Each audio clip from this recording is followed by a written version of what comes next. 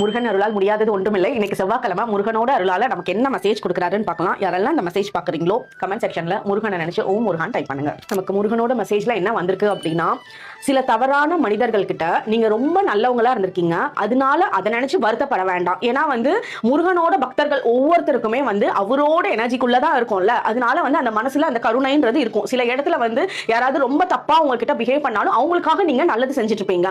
அதனால என்ன இவ்வளவு தப்பா இருக்காங்க, நம்ம இவங்களுக்கெல்லாம் போய் இவ்வளவு செஞ்சுட்டோம் அப்படின்னு வருத்தப்படுறத விட்டுருங்க.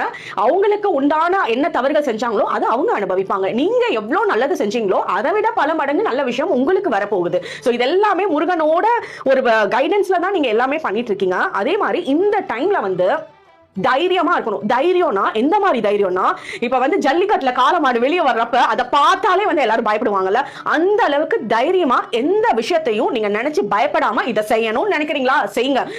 அந்த காளமாடு வெளியே வர்றப்ப எவ்வளவு ஒரு ஃபோர்ஸ்ஃபுல்லா வரும், எல்லாரும் பார்த்து பயப்படுவாங்களே தவிர அது பயப்படாதுல, அந்த காளமாடு தான் நம்ம அப்படின்ற அளவுக்கு தைரியமா உங்களோட விஷயங்களை ஒவ்வொன்றும் தடங்கள் வந்தாலும் தாண்டி செஞ்சுட்டே இருப்பேன் செய்யுங்க. இந்த இடத்துல முருகனோட அருள் பயங்கர ஸ்ட்ராங்கா இருக்கு. அவரோட அருளும் இருக்க, அதை நீங்களும் பயன்படுத்திக்கணும்னா சேம் ஈக்குவலான எனர்ஜில டிராவல் பண்ணணும். ஓம் முருகா.